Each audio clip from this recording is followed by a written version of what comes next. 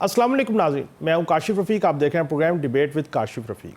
नाज़रीन, अफ़गानिस्तान का रवैया बदलने का नाम नहीं ले रहा। वहाँ पे जो तालिबान है, ना जाने उनको भारत की ऐसी क्या आशीर्वाद है, ना जाने उनको भारत से क्या ऐसा टास्क मिला है कि वो मुसलसल इश्ताल अंगेज़ी की कार्रवाइयाँ कर रहे हैं। चमन बॉर्डर पे हो या बाकी जगहों पे हो, वो कोशिश कर रहे हैं किसी तरीके से ख्वारजीज़ को इकट्ठा किया जाए और उनको अंडर कवर फायर के जो है वो पाकिस्तान के हदूद के अंदर दाखिल किया जाए, ताकि पाकिस्तान के अंदर जाके वो इंसर्जेंसीज कर सके। इसके दो पहलू हो सकते हैं। एक तो ये कि शायद जो ख्वारजीज़ यहाँ पे प्रॉक्सीज खेल रहे थे भारत की अफगानिस्तान के इमा पर, शायद वो इतने कम हो गए हैं जिसकी बुनियाद पे जो है उनको लगता है कि नए लोग यहाँ पे भेजे जाएं ताकि वो इंसर्जेंसीज की कार्रवाइयाँ कर सके। या दूसरा मामला ये है कि भारत ने कहा है कि अगर अफगानिस्तान ने हमसे फाइनेंशियल फ़ायदा लेना है तो फिर वो पाकिस्तान के ऊपर जो है वो इस तरह की कार्रवाइयाँ करे, ताकि भारत का या मोदी का जो दिमाग है वो शायद ठंडा हो सके या उनका गुस्सा ठंडा हो सके। लेकिन पाकिस्तान की अफवाज चाको चौबंद है और भरपूर जवाब दे रही है। कंधार पे भी एक बड़ी महदूद जो है वो स्ट्राइक्स की गई हैं और बड़े ब्रिगेड और ठिकाने तबाह किए गए, जहाँ से ख्वारजीज़ को जो है वो फेवर दी जा रही है और जहाँ से तालिबान के ट्रूप्स इकट्ठे हो रहे हैं। इस सारी सूरत हाल पर गुफ्तगू करने के लिए मेरे साथ मौजूद हैं इस सेगमेंट में ब्रिगेडियर सैयद गजनफर अली साहब और पीपल्स पार्टी के रहनुमा ख्वाजादा चटान साहब। दोनों मेहमानों को खुशामदीद कहूँगा। ब्रिगेडियर साहब, सर, हमने तो अफगानिस्तान के साथ भला किया, ये अफगानिस्तान या तालिबान जिनके साथ पाकिस्तानी कौम, पाकिस्तान की अवाम और इदारे भला करते रहे, ये क्या उस भले का अंजाम है, सिला है? जी बिल्कुल, आपने दो लफ्जों में पूरा थीसिस बता दिया है। हम मुख्तलिफ मौके पे हम अफगानिस्तान के साथ खड़े हुए हैं। चाहे जब रशिया ने हमला किया था तब भी पाकिस्तान ने न सिर्फ महाजरीन को बर्दाश्त किया था, बल्कि पाकिस्तान के अंदर से बहुत सारे फाइटर्स जाके इनके साथ लड़े भी थे। उसके बाद जब आपको पता अमेरिकन फोर्सेस निकली और तालिबान का रिजीम आया तो पाकिस्तान में उस पर भी बड़े मुसरत का, आम आदमी की बात कर रहा हूँ, पाकिस्तान और गवर्नमेंट भी और लोगों ने भी एक इत्मीनान का इजहार किया था कि जी चले तालिबान की हुकूमत आ गई। अब होना तो ये चाहिए था। तो उस पॉइंट से लेके अभी तक पाकिस्तान और उनके पाकिस्तान अफगानिस्तान के ताल्लुकात मजबूत से मजबूत तर होने चाहिए थे। लेकिन उन्होंने, तालिबान ने आने के बाद सबसे पहला काम ये किया कि जेलों के दरवाजे खोले और 5,000 के करीब जो कैदी वहाँ मौजूद थे उनको रिहा कर दिया। अब वो जब रिहा हुए तो उन्होंने कुछ तो करना था। फिर जो अमेरिकन छोड़ के गए थे $7.2 बिलियन का, उसको उन्होंने कहीं तो इस्तेमाल करना था। उसके इस्तेमाल के लिए उनको पाकिस्तान के अंदर जो दहशतगर्दी करनी है वो आप उसकी कंटिन्यूटी देख रहे हैं और वो कितनी तवातुर से KPK में हो रही है, उसके बाद बलूचिस्तान में हो रही है। तो अब ये पाकिस्तान के लिए तशवीश का इजहार, तशवीश जो है वो बढ़ती जा रही थी। ये कम नहीं हुआ था तो आप अफगानिस्तान की बॉर्डर के ऊपर ख्वारिज का भी और अफगान आर्मी का भी एक नेक्सस हो गया कि जी, जैसे आपने कहा कि जी उसके हमले के अंडरग्राउंड में वो पाकिस्तान के अंदर कुछ लोगों को इन्फिल्ट्रेट करेंगे। खैर ये होना तो नहीं था, क्योंकि पाकिस्तान की अफवाज जो है वो तमाम वेस्टर्न बॉर्डर के ऊपर, तमाम इंपॉर्टेंट चेक पोस्ट के ऊपर, क्रॉसिंग्स के ऊपर और अलॉन्ग द फेंस जो डिप्लॉयड है और उसको बाकायदा मॉनिटर कर रही है। इससे पहले भी बड़ी ऐसी अटेम्प्ट की गई जिनके अंदर 35 लोगों को, 40 लोगों को, 50 लोगों को इन्फिल्ट्रेट करने की कोशिश की गई तो पाकिस्तान आर्मी ने उनको राइट ऑन दी बॉर्डर जो है उनको इंटरडिक्ट किया। और फिर बहुत दफा ऐसा भी हुआ कि अफगानिस्तान से जिरगा आया कि ये लाशें हमको दे दें, लाशें हमें उठाने दें, और जो लाशें जिनकी उठाई उनमें से ज्यादातर अफगान शहरी थे। फिर आपने देखा जो कुछ हुआ बन्नू में, जो कुछ हुआ उसमें 5 जो लोग थे उसमें 3 अफगान शहरी थे जो बल्कि अपनी वीडियो रिकॉर्ड करके आए थे कि जी हम पाकिस्तान में मिशन पे जा रहे हैं। तो अब जब वो फोर्सेस जमा हो गई, अब आप मुझे बताइए कि अगर आप आपके घर के सामने बॉर्डर के ऊपर आके कोई खड़ा हो जाए और उसकी जो इंटेंशन हो वो ऑफेंसिव हो और उसके साथ साथ वो हमला करने की भी कोशिश ना करे बल्कि फिजिकल हमला कर दे, तो फिर पाकिस्तान की जो फोर्सेस दिफा में लगी हुई हैं और उनका क्या जवाब होना चाहिए? इंटरनेशनल कानून की और दुनिया के सारे कानून उसको ये गारंटी करते हैं कि उनको हिट बैक किया जाए, टारगेट किया जाए, एंगेज, और यही आप 2-3 दिनों से देख रहे थे। अब इसके साथ साथ एक और चीज है, वो ये कि पाकिस्तान ने अफगानिस्तान को एक मैप प्रोवाइड किया था जिसके अंदर वो 34 लोकेशंस मार्क की गई थी। बाकायदा एक मार्क मैप किया था कि जी ये 34 लोकेशन है जो बाइलैटरल और ट्राइलैटरल समिट हुई थी। ये वो 34 लोकेशन है जहाँ फितनाल ख्वारिज और फितनाल हिंदुस्तान के लोग जो हैं वो पनाहगजीन है और ट्रेनिंग सेंटर चला रहे हैं और एक्सप्लॉजिंग और बोर्डिंग प्लेसेस हैं जिनको बिल्कुल ठीक, अफगानिस्तान में मुनाफों की हुकूमत वो मदद कर रही है। बिल्कुल तो ठीक। इसके बावजूद जब वो नहीं जागे तो आज आपने देखा पाकिस्तान एयरफोर्स ने जो टारगेट हिट किए हैं कंधार में, काबुल में, जी, हेरात में, ये तमाम के बेसिकली तमाम वही वही 34 लोकेशन है जहाँ पे टारगेट किया। आपने इंटरनेशनल कवानीन की और उसकी बात की। साबिक सफ़ीर जमील अहमद ख़ान साहब ने भी मुझे ज्वाइन कर लिया शो में। जमील साहब बहुत शुक्रिया ज्वाइन करने का। मैं आपकी तरफ आने से पहले ख़ुदा चट्टान साहब की तरफ जाना चाहूँगा। चट्टान साहब, ये जो अफ़गानिस्तान को यकदम ब्लॉक किया गया है और भारत में एक दौरा होता है अमीर मुत्तकी का, उसके बाद फिर ये सारा मामला शुरू होता है और तवातुर से बॉर्डर के ऊपर इंसर्जेंसी है, तो पॉलिटिकल गवर्नमेंट जो है वो तो ये कह रही थी केपीके की, पीटीआई की, कि जी हम अफगानिस्तान जाएंगे, मुज़ाकरात करेंगे।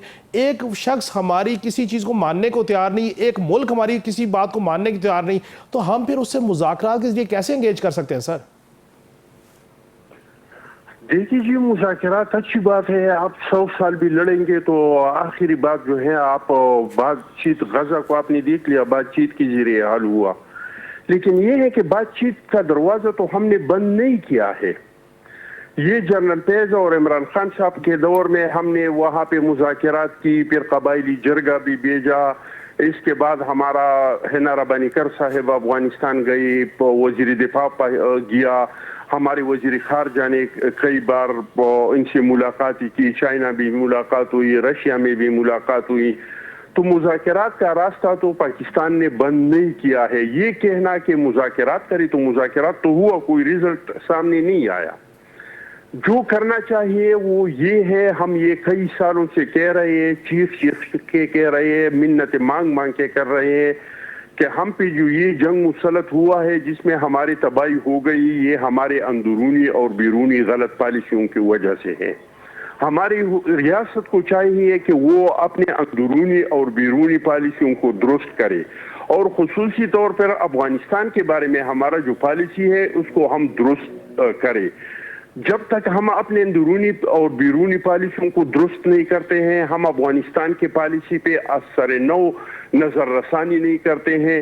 क्या वजह है कि हमने सिर्फ तालिबान को तो सपोर्ट नहीं किया, हमने मुजाहिदीन को सपोर्ट किया, लेकिन जब वो अफगानिस्तान में चले गए और वहां पे सौर के इनकलाब के बाद जो हुकूमत बना था, जो नूर मोहम्मद तरक्की से शुरू हुआ था और नजीब पीस का खात्मा हुआ, वो लोग हमारे मुखालिफ हो गए। तालिबान हमारे हिमायत की वजह से अफगानिस्तान पे काबिज हो गए, फिर वो हमारे मुखालिफ हो गए। करजई साहब के अमेरिकन के साथ मुलाकात हमने किया, हमने सदर बनाया, वो हमारा मुखालिफ हुआ, इंडिया के पास चला गया। दूसरी बार जो इनका इलेक्शन हो रहा था, जितने पाकिस्तान में अफगान रिफ्यूजीज थे, इसका सारा वोट हमने करजई साहब के डब्बे में डाला, फिर हमारा मुखालिफ हुआ। अशरफ गनी हमारा मुखालिफ इसका हुआ। मतलब ये हुआ, इसका मतलब चट्टान साहब ये हुआ कि हम अपनी तरफ से जो मर्जी भला करें, लेकिन अफगानिस्तान में जो भी बरसर इक़्तिदार आएगा वो अपने मफाद हासिल करने के बाद हमसे बिट्रे करेगा। आपका बड़ा वैलिड पॉइंट है। मतलब ये हुआ कि हमारा जो पॉलिसी अफगानिस्तान के बारे में ये गलत है। हमें अफगान के आवाम से दोस्ती करना चाहिए। हमारा और चाइना की दोस्ती है ना, यहाँ पे डिक्टेटर का हुकूमत हो, हाइब्रिड हुकूमत हो, जमहूरी हुकूमत हो, पॉइंट आया हमारे और उनके ताल्लुकात में फर्क नहीं पड़ता है। इस तरह का अफगानिस्तान के साथ हमने खारिजा पॉलिसी बनाना है, अवाम के साथ पीपल टू पीपल पॉलिसी बनाना चाहिए। आपने पॉलिसी की तरफ इंडिकेट किया। मैं जमील अहमद साहब जो हमारे साथ मौजूद हैं, जमील साहब, सर पॉलिसी की बात हुई, हम तो पॉलिसी बना के बैठ गए, हमने तो मेज़बानी भी की, हमने अपने हिस्से के हमारे वसाइल कम थे, हमने उसमें से उनको शेयर भी किया, हमने उनको हर तरह दामे सुख ने उन्हें सपोर्ट भी किया, लेकिन फिर उसके बाद इस तरह का रवैया, तो अब और कैसी पॉलिसी बनाई जाए सर, क्या कहिएगा? नहीं, पॉलिसी में तो देखिए, हमने न सिर्फ पॉलिसी बनाई बल्कि उस पॉलिसी, अपने फॉरेन पॉलिसी के तहत हमने तो अक़वाम मुत्तहिदा में भी और हर प्लेटफॉर्म पे अफ़गानिस्तान की फेवर की है, अफ़गानिस्तान से मुतालिक बात की है। अभी कोई 11 दिन पहले हमारे सफ़ीर आसिम इफ्तिखार, जो कि यूएन सिक्योरिटी काउंसिल में हमारे परमानेंट रिप्रेजेंटेटिव, उन्होंने अफ़गानिस्तान के बारे में कहा कि वहाँ सस्टेनेबिलिटी चाहिए, वहाँ मदद चाहिए और वहाँ अफ़गानिस्तान को हर लिहाज से अफ़गानिस्तान के लिए हमें राहें हमवार करनी चाहिए कि वहाँ हालात बेहतर हों और वहाँ उसको अफगानिस्तान को आगे जाके वर्ल्ड कम्युनिटी में शामिल किया जाए। इससे मिलती जुलती बातें अभी तो हमने की और हमेशा करते रहे हैं। लेकिन सवाल ये पैदा होता है कि इंटरनेशनल कानून की बात हो रही थी, अगर अक़वाम मुत्तहिदा के चार्टर के आर्टिकल 1 के तहत अगर हमारी सॉवरेनिटी और टेरिटोरियल इंटेग्रिटी पर कोई वायलेशन होती है और फिर हमारे अफराद शहीद होते हैं और एक नहीं बार बार होते हैं, इसके बावजूद कि तंबीह दी जाती है कि फितनतुल खारिज वहाँ मौजूद है, फितनतुल हिंदुस्तान वहाँ मौजूद है, उसको कंट्रोल किया जाए, तो यहाँ तो दो सवाल पैदा होते हैं। पहला सवाल ये पैदा होता है कि क़सदन ऐसा उनके नहीं रोका जा रहा है, बल्कि कहा जा रहा है कि हमारे सवाइल से पाकिस्तान या किसी मुल्क के ख़िलाफ़ कोई किसी किस्म की दरअंदाजी या दहशतगर्दी नहीं हो रही है, उसको नहीं मानते। लेकिन हमने तो आज जो भी निशाना बनाया गया है वो उन तमाम मुकामात को जो कि इन दहशतगर्दों के हेडक्वार्टर्स थे, वहाँ के उनकी ट्रेनिंग होती थी और इससे पहले हमने लिस्ट भी दी है। तो मकसद ये है कि हमारे एक हमारे लिए मजबूरी बन जाती है, ना फौज ना हमारी आवाम नहीं चाहती है कि वो खामखा की लड़ाई हो। देखिए आज भी तो उन्होंने कहा हमने एक्सेप्ट कर लिया, जंगबंदी हो गई। आज अभी जब हम बात कर रहे हैं तो जंगबंदी हो चुकी और वहाँ उसकी इम्प्लीमेंटेशन 6 बजे से होना शुरू हो गई और उसके साथ 48 घंटे के लिए इसको देखेंगे कि भाई ये कहाँ तक चलता है। इसमें चाइना भी शामिल है, चाइना ने भी दोनों मुल्कों को कहा है। तो उस लिहाज से हम तो हमेशा, आपको याद होगा कि परसों बिल्कुल आप दिया है हमारे फॉरेन ऑफिस में, आपका पॉइंट आया कहा है कि डायलॉग करेंगे हम। जी बिल्कुल, हम मुज़ाकरात कर रहे हैं ब्रिगेडियर साहब। सर मुज़ाकरात तो हम करना चाहते हैं, हम तो सपोर्ट कर रहे हैं, ट्रेड भी कर रहे हैं, लेकिन सवाल ये है कि अफगानिस्तान का जो हठधर्मी का रवैया है और यकायक एक भारत में दौरा होता है और उसके बाद चीज़ें ब्लो अप हो जाती हैं और फिर पाकिस्तान के अंदर जो नुकसानात हो रहे हैं, टीटीपी के लोग कर रहे हैं, ख्वारिजीज कर रहे हैं, फितनतुल ख्वारिज के लोग, पाकिस्तान तो कह रहा है भाई आप खुद इनका कला कमा कर लें, हमें तो कोई इतराज़ नहीं है।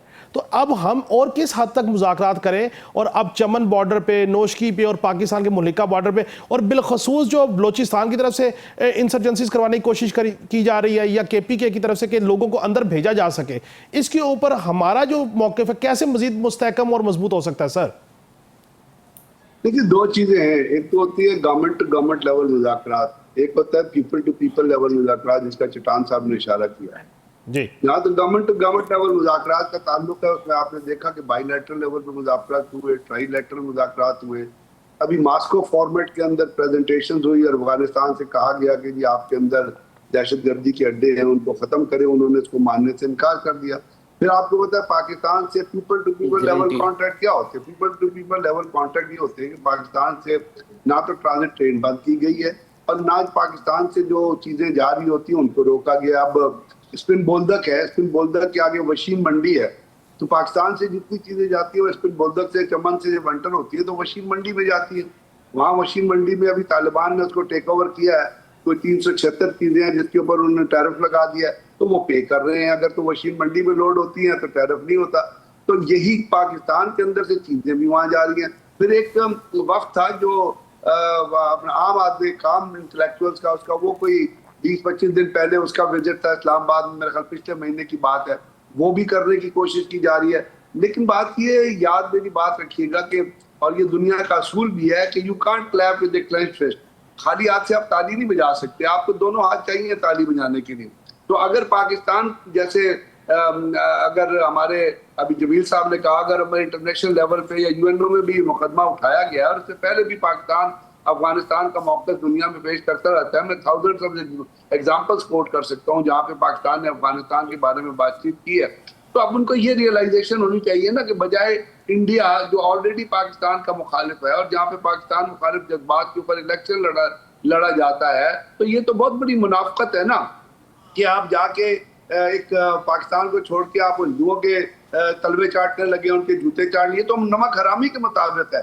आप पाकिस्तान के मदरसों में रहे हैं, आपकी जनरेशन, आपसे पहले वाली जनरेशन जो है वो इस मुल्क के मदरसों में रही है, उन मदरसों के अंदर खैरात का, सत्ते का, ज़कात का खाना बनता है, वो आप खाते रहे हैं।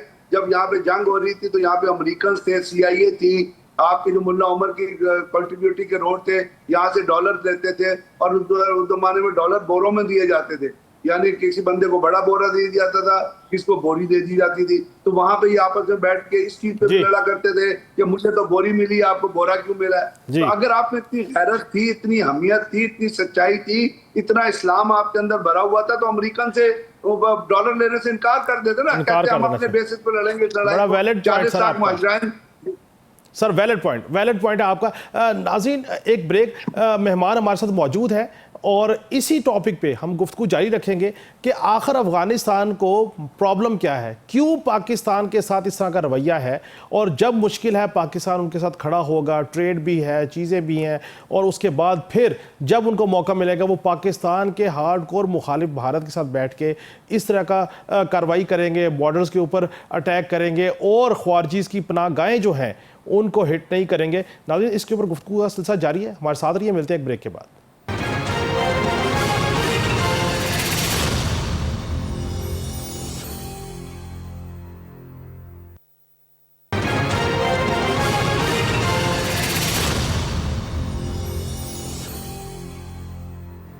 वेलकम बैक नाज़रीन। चट्टान साहब, आपने ये कहा कि हमने जिसको भी सपोर्ट किया और जब उन्हें मौका मिला वो हमारे मुखालिफों के साथ जाके खड़े हो गए। अब हम तो गुड फेथ में सपोर्ट कर रहे हैं, हम तो अफ़गान फैमिलीज़ जो पाकिस्तान में थी उनको हमने अपने साथ रखा, लेकिन जब हमने देखा कि अफ़गानिस्तान के हालात आसूदा हो गए हैं, उन फैमिलीज़ को हमने इज़्ज़त के साथ वापस भेजने का अमल शुरू किया, तो उसके बाद से इख्तलाफात शुरू हो गए। ये तो हर किसी मुल्क का हक है कि वो गैर कानूनी जो लोग मुकीम हैं उनको उनके मुल्क में वापस डिपोर्ट करें, पूरी दुनिया ये काम करती है। तो ये उस वक्त से जो सिचुएशन ब्लो हुई है वो फिर सिचुएशन कंट्रोल नहीं हुई, और जो बात ब्रिगेडियर साहब ने भी की और जमील साहब ने भी की कि हमने इंटीमेट कर दिया कि 34 के करीब ऐसे पॉइंट्स हैं जहाँ पे दहशतगर्द जो हैं वो इकट्ठे होते हैं और पाकिस्तान को निशाना बनाते हैं, उसको एलिमिनेट किया जाए, उसके ऊपर भी कोई कार्रवाई नहीं हुई। क्या कहिएगा सर? देखिए जी, ब्रिगेडियर साहब ने जो कहा, जमील साहब ने जो कहा, मैं बिल्कुल इनके साथ 100% एग्री करता हूं कि हमारे अफगानिस्तान पे बहुत बड़े एहसानात हैं, लेकिन अगर इन एहसानात के बावजूद भी वो आपके मुखालिफ हो जाते हैं, आपके दुश्मन के पास जाके बैठ जाते हैं, तो क्या आपको एक बार नहीं सोचना चाहिए कि मैं अपनी पॉलिसी पे नजर रसानी करूं? जो अफगानिस्तान के बारे में है, जो अमारात इस्लामी के बारे में है, मैं इस पे एक बार नजर रसानी करूं। लेकिन ये भी तो हो सकता है ना सर कि जिस पे एहसान करो उसके शर से बचो, ये भी तो एक मौला अली इस्लाम का कौल है ना सर? देखिए जी, बिल्कुल है, लेकिन हमने भी, पाकिस्तान ने दूसरे मुल्क बहुत सारे ममालिक के इस पे एहसान किया है, और ऐसे बहुत सारे ममालिक हैं जिन्होंने पाकिस्तान पे एहसान किया है। आज भी हम चाइना जाते हैं तो चाइना के पीपल दूर से हमें देख के चीख के आते हैं और हमसे तस्वीरें निकालते हैं कि पाकिस्तानी ब्रदर। तुर्की पे हमने एहसान किया है, अभी तक इन लोगों को याद है। जर्मनी पे हमने किया है, अभी इन लोगों को याद है। हम पे भी बहुत सारे ममालिक ने एहसान किया है इस मुल्क के शहरियों को देख के, और खुसूसी तौर पर चाइना के शहरियों को देख के हमें लगता है कि ये लोग हमारे भाई हैं। तो अगर अफगानिस्तान के बारे में आपका ये हो रहा है तो आपको इस पे सोचना चाहिए। हम इन लोगों को कह कह के थक गए थे कि भाई गुड बेड इसमें कोई नहीं है। ये सारों ने एक अमीर के हाथ में बियत किया है। इन लोगों का माइंडसेट एक है, इन लोगों का काम एक है। तो इस टाइम पे तो हमें गद्दार कहा जाते थे कि ये लोग गद्दार है, और नहीं, तालिबान में गुड भी है और बेड भी है, TTP और चीजें, और TTA जो है और चीजें। आज आप देख ले कि नजर आ रहा है कि दोनों एक ही चीज है, एक मोर्चे से पाकिस्तान के खिलाफ लड़ रहे हैं, TTP भी और TTA भी। दोनों अभी जो जितने ऑपरेशन हमने की, बॉर्डर पे जितने लोगों को हमने मार दिया, इसमें TTA के लोग भी होते हैं, इसमें TTP के लोग भी होते हैं। बिल्कुल। इसमें अफगान तालिबान के गवर्नर का भतीजा जो है वो भी मारा गया है। सही। तो इस वक्त भी हम उसको कह रहे थे कि अपनी पॉलिसियों को दुरुस्त करें। ये लोग कह रहे थे नहीं, हमारा जो पॉलिसी है ये बिल्कुल ठीक ठाक है। अफगानिस्तान में राखाद और मुसाद का हुकूमत है। जब इन लोगों को हम निकाल देंगे, ये अमारात इस्लामी अफगानिस्तान में आ जाएंगी, तो हमारा तमाम मसाइल हल हो जाएंगे। ये बात आप आपने फेडरल देख की लिया कि पॉलिसी की गलत बात साबित करें या हुआ। तहरीक इंसाफ की सूबे की पॉलिसी की बात करें सर? मैं सर जी रियासत की पॉलिसी की बात ठीक। कर रहा हूँ, मैं सूबों की नहीं कर रहा हूँ, मैं हुकूमत का किसी हुकूमत का सर नहीं अभी कह रहा हूँ, कबायली मैं अवाम रियासत जो का है, कह रहा हूँ। कबायली अवाम जो है, चूंकि आपका खुद भी ताल्लुक वहां से, तो वो तो पाकिस्तान की फौज के साथ, हुकूमत के साथ खड़े हैं अपने मादरे वतन के दिफा के लिए। बिल्कुल हम खड़े हैं, हमारा मुल्क है, हम पहले भी खड़े थे। जिस जंग में अमेरिका को इराक में शिकस्त हुई, जिस जंग में लीबिया में शिकस्त हुई, अफगानिस्तान में शिकस्त हुई, इस जंग में हम इस वजह से कामयाब हुई कि हमारे लोग हमारे ठीक। फोर्सेस के साथ खड़े थे। ठीक। लेकिन हमारी रियासत की गलत पॉलिसी की वजह से कबाइल भी मर रहे हैं, हमारे फोर्सेस के नौजवान भी मर रहे हैं। गुनाह और कसूर हमारी रियासत के पॉलिसी का है और सजा जो है वो कबाइलों को मिल रहे हैं, वो हमारे फोर्सेस के जवानों का, जो प्यारे प्यारे हमारे ठीक। भाई है, जो आपका पॉइंट आ गया सर, नौजवान है, वो भुगत रहे हैं। आपको पॉइंट आ गया। जमील साहब, सर ये जो रवैया अफगानिस्तान का है, चीन ने कुछ रोज़ कबल, कुछ अरसा कबल एक अफाम तफहीम कराई। अब हम देखते हैं कि पाकिस्तान, रूस, चीन, ईरान, बांग्लादेश, ये एक नया ब्लॉक बन रहा है। उसमें अफ़गानिस्तान भी शामिल है। अफ़गानिस्तान के साथ चीज़ें सेटल भी हुई, गुफ्तगू भी हुई, मामलात भी हुए।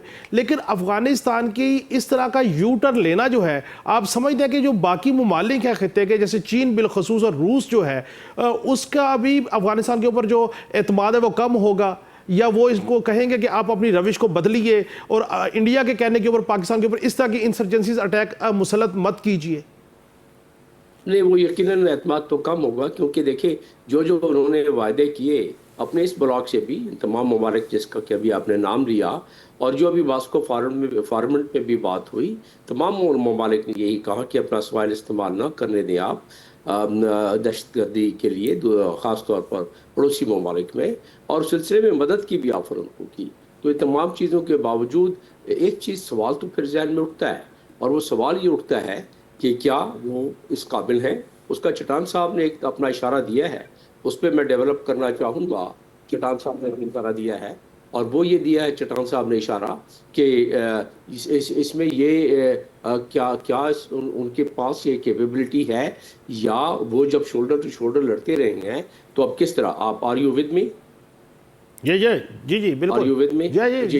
तो वो जब शोल्डर टू शोल्डर एक साथ लड़ते रहे हैं वो, और जब वो एक दूसरे के कजन्स हैं, जब एक मोर्चे से लड़ते हैं, तो इसका वो जाहिर है उन्होंने जब 30 साल एक साथ लड़ाई की है, तो वो उनका एक संगम है। हम तो ये नहीं कहते हैं कि भाई, हम तो सिर्फ ये कहते हैं कि आप उनको सेग्रीगेट करें। जब हमसे मिलते हैं अफगान तालिबान के अकाबरीन, तो वो कहते हैं कि भाई ये तो आपके पास आते हैं, दरअंदाजी अगर करते हैं तो आप उनसे निमट लें, आप मारें उनको जब वो बॉर्डर क्रॉस करते हैं। वो तो हम कर रहे थे, लेकिन हमारी इस्तदा ये थी कि अगर आपसे नहीं होता है तो आप हमें बता दें, तो हमें इजाज़त दें, हम आपके भाई हैं, हम आपके साथ, अगर आप नहीं मिलते तब भी हम कर लेते हैं। उसकी भी नहीं। तो देखिए, बात आपको भी 3-4 पॉइंट में आपको सीधा दे देता हूँ इस मामले में।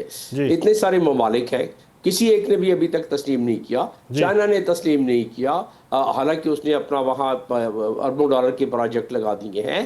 पाकिस्तान ने तो खैर, हमने तो उनकी आबियारी की है 4 दहाइयों तक। उसके अलावा ईरान ने अभी तक उनको तस्लीम नहीं किया। सऊदी अरब, यूएई, टर्की, इजिप्ट, इंडोनेशिया, किसी ने नहीं किया। तो कोई तो वजह है ना आफ्टर ऑल उनको, और उसकी वजह ये है कि अफगानिस्तान में जो उन्होंने वादे किए दोहा अकॉर्ड में और सिक्योरिटी काउंसिल रेजोल्यूशन में जो उनसे कहा गया, उसमें से उन्होंने कुछ भी नहीं किया अभी तक। सर इसका मतलब सर इस जो अब इनकी रविश अफगानिस्तान की हुकूमत की, बुरी हुकूमत की, पाकिस्तान के अगेंस्ट, इसके बाद तो आप समझते हैं कि इसकी तस्लीम करने का अमल जो है वो फिर ज्यादा डिले पे चला जाएगा, या ज्यादा कटाई में पड़ जाएगा?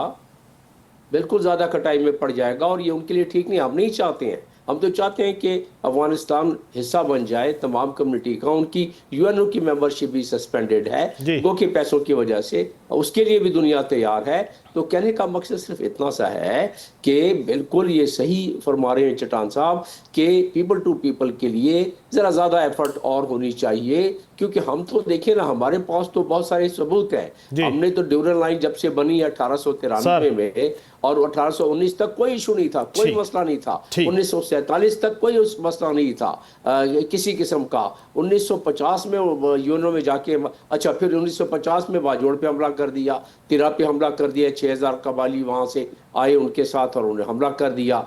और यूएनओ में 1947 में एतराज़ कर दिया। 60 में मरी कबीला जो है नाराज़ हुआ, वहाँ जाके उन्होंने कैंप बनवा दिया अफगानिस्तान में। 80 में जुल्फ़िकार का बनवा दिया और अब टीटीपी का बनवा दिया। तो उस सिलसिले में लेकिन फिर भी हमारा नैरेटिव कमज़ोर है थोड़ा सा, narrative people to people relationship में। उस नैरेटिव, क्योंकि इंडिया का नैरेटिव इस मामले में सोशल मीडिया और बाकी आपको याद होगा इन्फोट लैब और तमाम मिला के वो वहाँ बहुत जहर फैला रहे हैं। आपकी बात ठीक है, लेकिन सर सोशल मीडिया के ऊपर जो नैरेटिव इस्टेब्लिश होता है वो सबको पता है कि उसमें कितनी हकीकत है कितनी फेक है। ब्रिगेडियर साहब, सर मैं आपकी तरफ आना चाहूँगा, जब तालिबान अपनी रविश नहीं चेंज करते और वो फिताहुल ख्वारिज के लोगों को साथ लेके चलते हैं, उनके ठिकानों को नहीं एलिमिनेट करते और तखसीस नहीं करते, तो हमें भी तमाम सियासी जमातों को अबव दैन पॉलिटिकल एफिलिएशन इकट्ठे होकर अपनी रियासत की पॉलिसी पाक फौज के साथ खड़ा होना चाहिए, नंबर 1। नंबर 2, क्या हमें ट्रेड की सहूलत देनी चाहिए अफगानिस्तान को या नहीं? सर पहली बात तो ये कि सारी पार्टियां इर्रेस्पेक्टिव ऑफ द पार्टी सब जो है वो अपनी फौज के साथ खड़ी हैं। अभी आपने चट्टान साहब की बात सुनी और मैं इस चीज के हम इस चीज को सपोर्ट करते हैं चाहिए, और वो ठीक कह रहे हैं कि अगर हमें चाहिए कि हम अपनी जो पॉलिसीज हैं उसके अंदर हर चीज को तो जो है वो बाय फोर्स ताकत के तनाजुर से उस वक्त देखें जब बातचीत का लम्हा जो है वो खत्म हो जाता है। अब बातचीत तो हमने करने की कोशिश की। मैं ये सोचता हूँ कि इसके अंदर बहुत सारे पाकिस्तान के अंदर ऐसे पॉलिटिकल फोर्सेज हैं जो इसके अंदर अगर अपनी इंडिविजुअली भी अपना रोल प्ले कर सकते हैं और उनके भी सामने जैसे बहुत सारे अगर हम बात करें तो आपने देखा होगा कि वो बहुत अफगानिस्तान जाते रहे हैं, अफगानिस्तान की लीडरशिप से मिलते रहे हैं।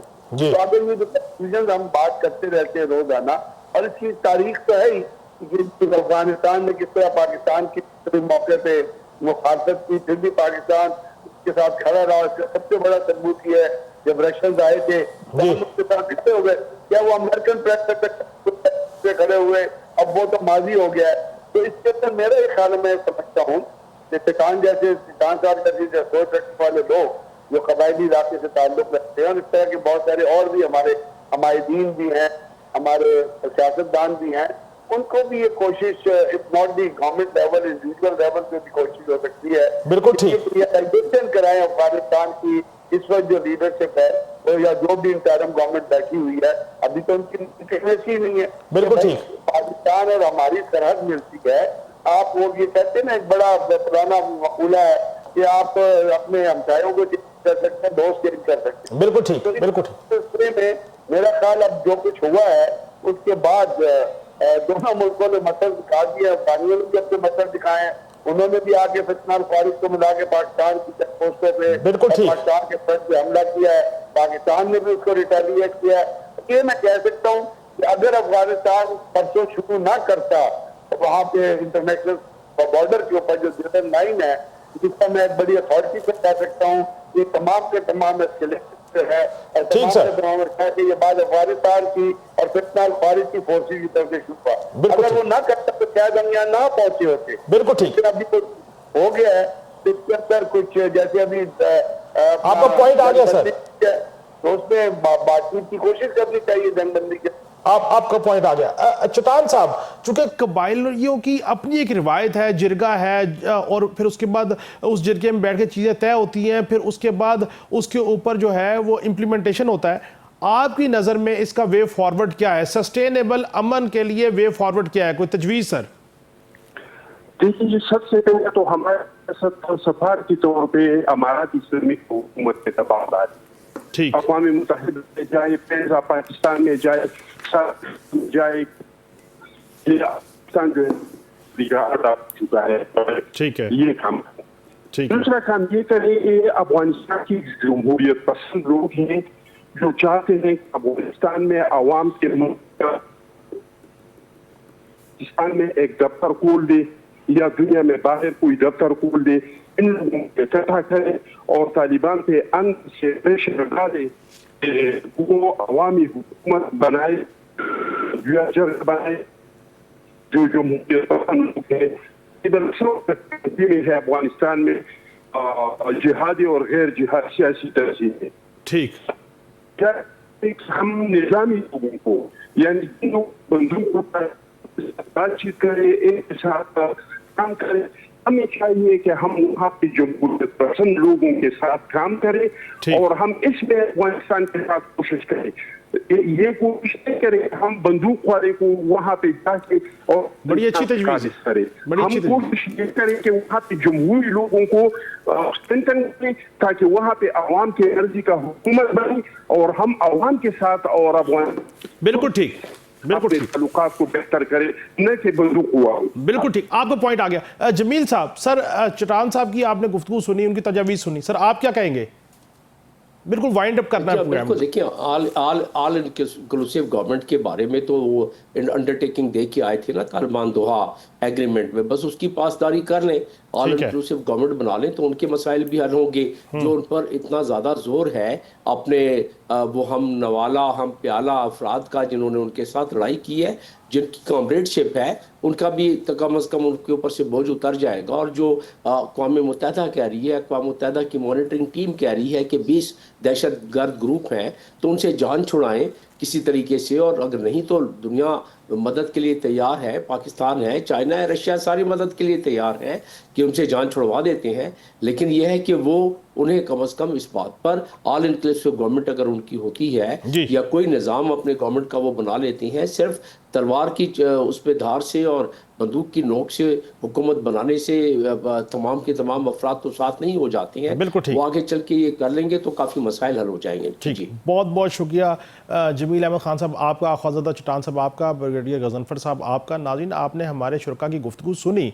अगर अफ़गानिस्तान की अबूरी हुकूमत दोहा मुआहदे पर अमल दरामद करे और 20 जो दहशतगर्द ग्रुप वहाँ पे चल रहे हैं उनको एलिमिनेट कर दे और लोगों को उनका हक़ राय दे, जमहूरियत को फ़रोग़ दे, तो मैं समझता हूँ कि अफ़गानिस्तान में भी देर पा अमन हो सकता है, क्योंकि अफ़गानिस्तान का अमन पाकिस्तान को और इस खित्ते के बाकी ममालिक को अजीज़ है, लेकिन खौफ की बुनियाद पर ज़्यादा देर तक मामलात नहीं चल सकते। नाज़रीन, ब्रेक से वापस आएंगे तो खैबर पख्तूनख्वा में भी सियासी जो कशमकश थी वो डिसाइड हो गई और वज़ीर आला ने हलफ ले लिया। इसके ऊपर गुफ्तगू करेंगे एक ब्रेक के बाद।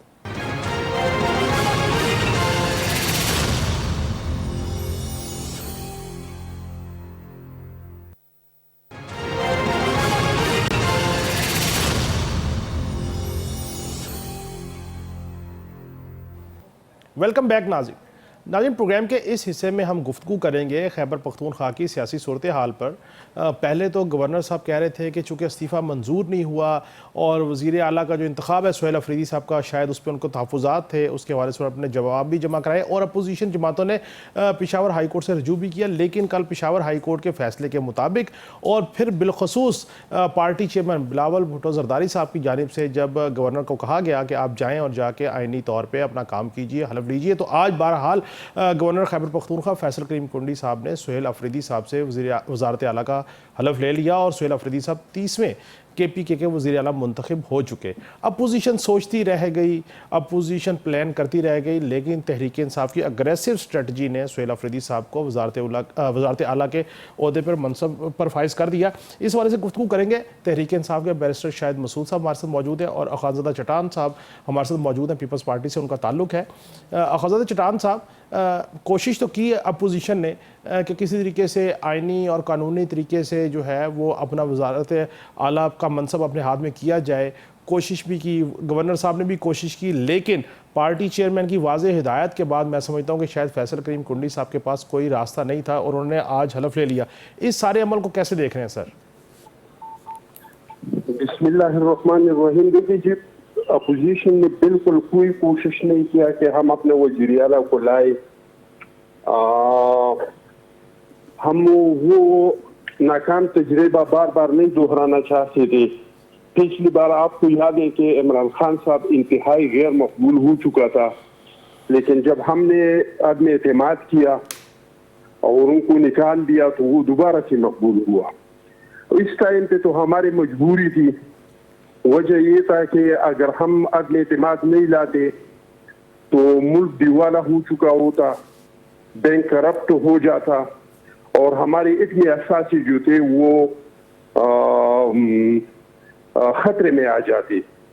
इस बार तो अपोजिशन ने कोई जदोजहद नहीं किया, कोई कोशिश नहीं किया। आपने देख लिया कि न जरदारी साहब एक्टिव था, न गवर्नर साहब एक्टिव था, न मौलाना फजल रहमान साहब एक्टिव था, न मीर मुकाम साहब एक्टिव था।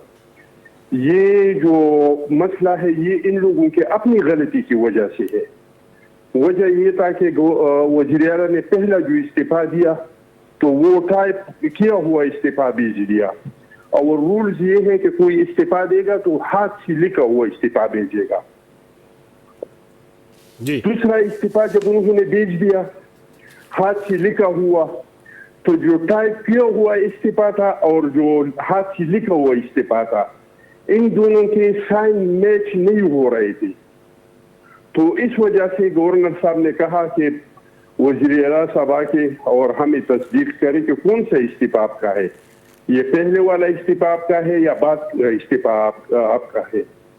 और इस पे अपोजिशन जमात उलमा इस्लाम जो है वो अदालत में भी चले गए, तो अदालत के फैसले तक फिर मजबूरी थी गवर्नर साहब के कि वो हल्फ नहीं ले सकता था।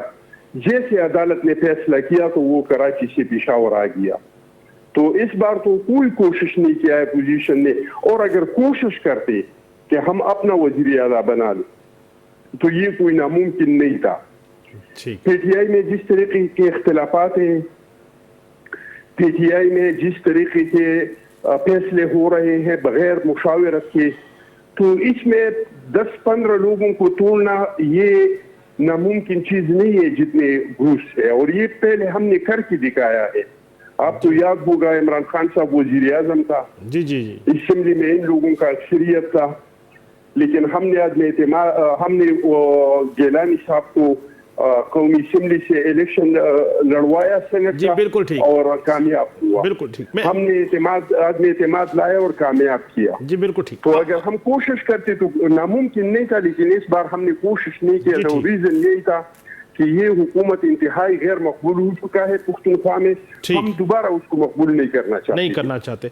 बैरिस्टर शाहिद मसूद साहब, सर आपने चटान साहब की गुफ्तगू सुनी, आप लोगों ने जो एक्ट किया इतनी जल्दबाजी में, गंडापुर साहब का इस्तीफ़ा मंजूर करना, फिर उसके इस्तीफ़े को 15 अक्टूबर तक का इंतज़ार किए बगैर अगला इलेक्शन करवा लेना, और सारे अमल को इतनी तेज़ी, और फिर इतने शादियाने बजाए गए गंडापुर साहब को वजारत आला से हटाने के बाद, जैसे गंडापुर साहब आप लोगों की जमात के नहीं, अपोजिशन के या किसी और जमात के वज़ीर आला थे। ये तासुर क्यों उभरा सर?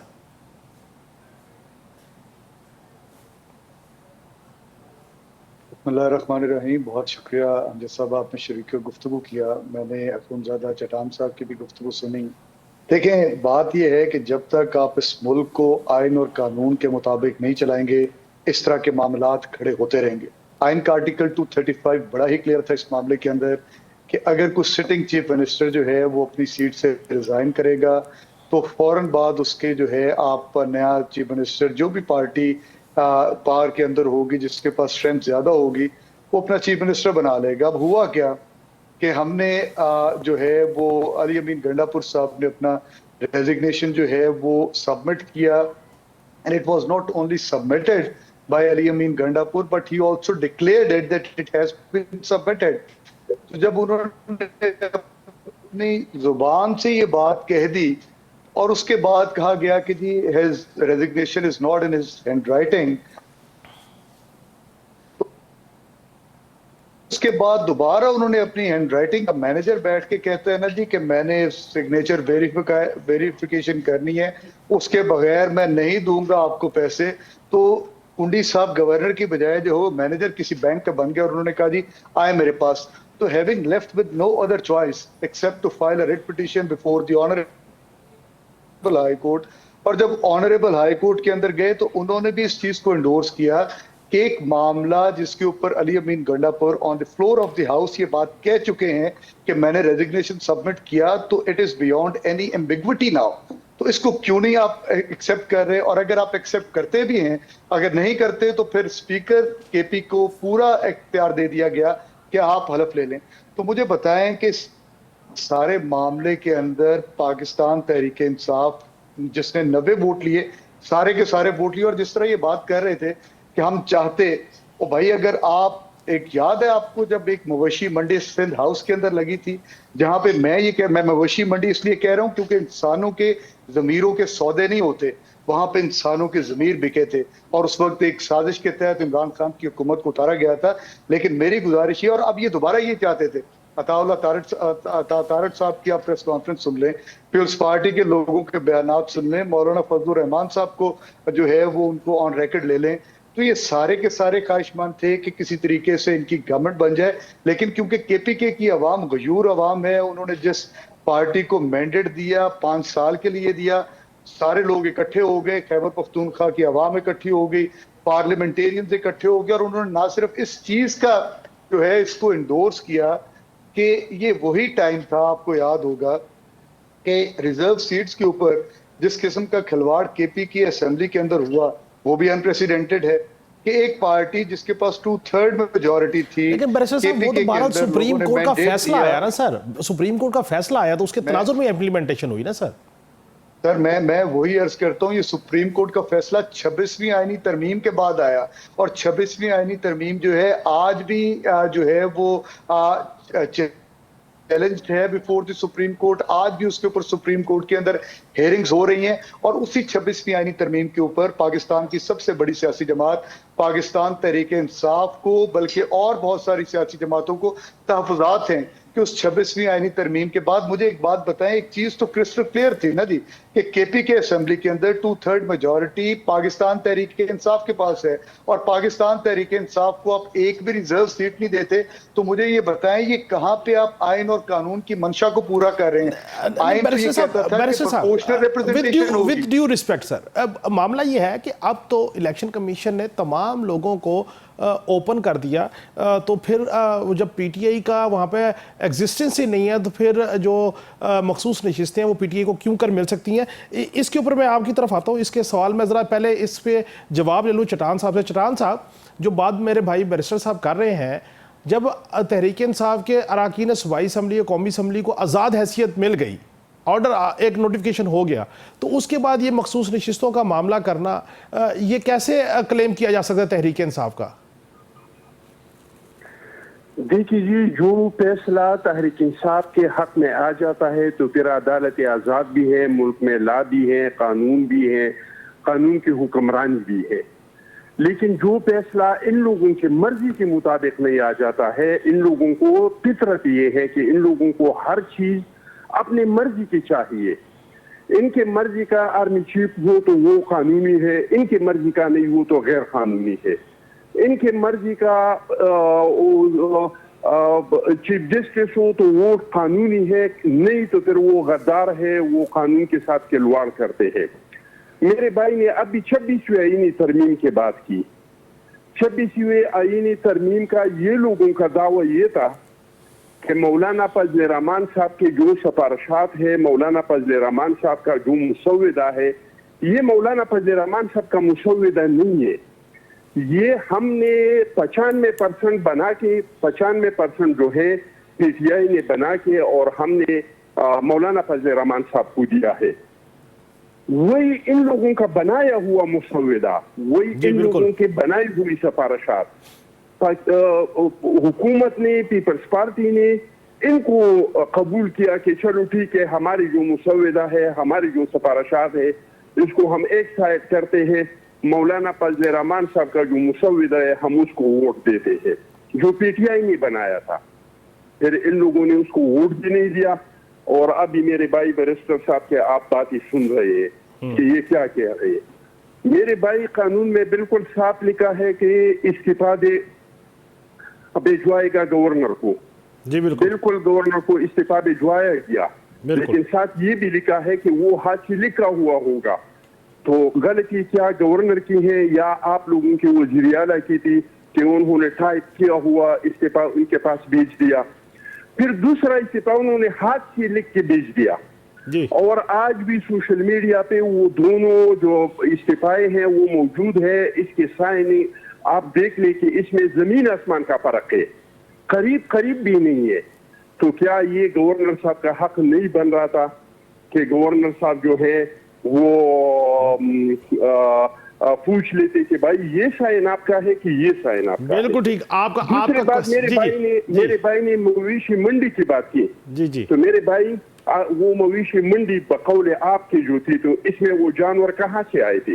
पीपल्स पार्टी से आए थे, मुस्लिम लीग से आए थे, दूसरे पार्टियों से आए थे। वही तो हम कह रहे हैं कि आप लोग बिकते हैं। पीटीआई में लोगों को, वफादारियों को चेंज करना इस तरह भी नहीं है जैसे कान को हाथ लगाना। अगर हम कोशिश करते तो आपकी पूरी सिमरी को खरीद सकते थे। आपके लोग बिकते हैं क्योंकि आप लोग पैसे लेके और टिकट देते हैं। अगर आपने किसी से 50-60 अरब लेके, करोड़ लेके, 1 अरब लेके और टिकट दिया है, तो अगर उन्होंने अपना वोट बेच दिया तो फिर आप इनसे नहीं पूछ सकते हैं। वो तो आप तक पूछ सकते हैं जब आप उसको मुफ्त में टिकट दे दे। आपके जितने सेनेटर है आप देख ले, एक एक सेनेटर को कितने कितने पैसे लेके आपने टिकट दिया है। तो ये आप लोगों का पार्ट है, किसी और का नहीं है। मैं बैरिस्टर साहब इसका जवाब भी दे दीजिए। और जो बात आप कह रहे हैं सर, इसमें एक चीज़ कि चूँकि एक असम्बली से, कौमी असम्बली से बहुत सारे एमएनएज ने रिज़ाइन दिया था और उस वक्त जो स्पीकर अयाज सादिक साहब थे उन्होंने उनको कहा कि हम इनको बुलाएंगे, वेरीफाई करेंगे कि आया ये रेजिग्नेशन इंटेंशनली हुआ है, प्रेशर में हुआ, और काफ़ी टाइम वो चीज़ें चलती रहीं, हम सब ने देखा। फिर उसके बाद वो लोग रेस्टोर भी हुए और उनने असम्बली से मुराद भी ली। बहरहाल एक प्रोसीजर है, एक रेजिग्नेशन का मामला। और दूसरा ये बताइएगा कि जो चटान साहब ने गुफ्तगू की कि बिकने वाला मामला, इस पर भी कमेंट कीजिएगा।